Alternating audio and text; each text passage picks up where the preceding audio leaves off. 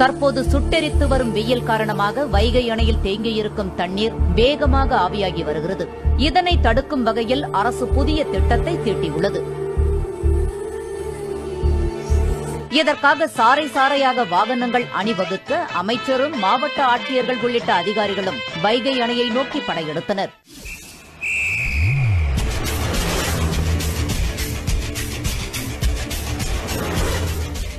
வைகை அணையின் மேற்பரப்பை தெர்மாக்கோல் அட்டைகளை கொண்டு மூடி தண்ணீர் ஆவியாவதை தடுப்பதுதான் இவர்களின் திட்டம். பறந்து விரிந்த வைகை அணையை சிறு சிறு தெர்மாக்கோல் துண்டுகளை டேப் மூலம் ஒட்டி அவற்றில் சிலவற்றை கூட்டுறவுத்துறை அமைச்சர் செல்லூர் ராஜு, மதுரை மாவட்ட ஆட்சியர் வீரராகவராவ், தேனி மாவட்ட ஆட்சியர் வெங்கடாச்சலம் ஆகியோர் தண்ணீரில் மிதக்கவிட்டு திட்டத்தை தொடங்கி வைத்தனர்.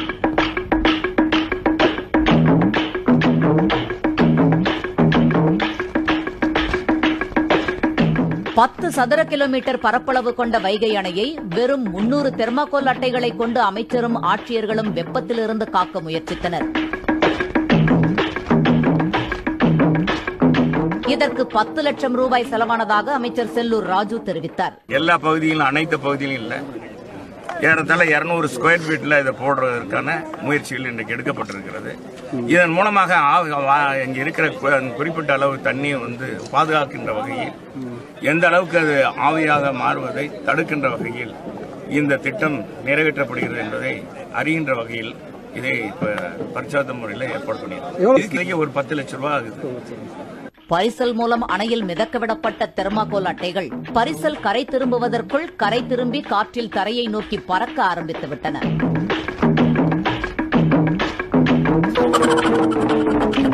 தெர்மாக்கோல்கள் பலவும் ஒன்றன் மீது ஒன்றாக ஏறி மிதக்க ஆரம்பித்தன. அணையை தெர்மாக்கோல் மூலம் மூடும் பணியை பார்த்து உள்ளூர் மக்கள் சிரிக்க ஆரம்பித்து விட்டனர்.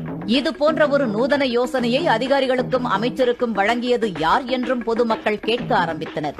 அவர்களிடம் மழை பெய்து அணைக்கு நீர்வரத்து அதிகரிக்க வேண்டும் என ஆண்டவனிடம் வேண்டிக் கொள்ளுமாறு அமைச்சர் அறிவுறுத்திச் சென்றார்.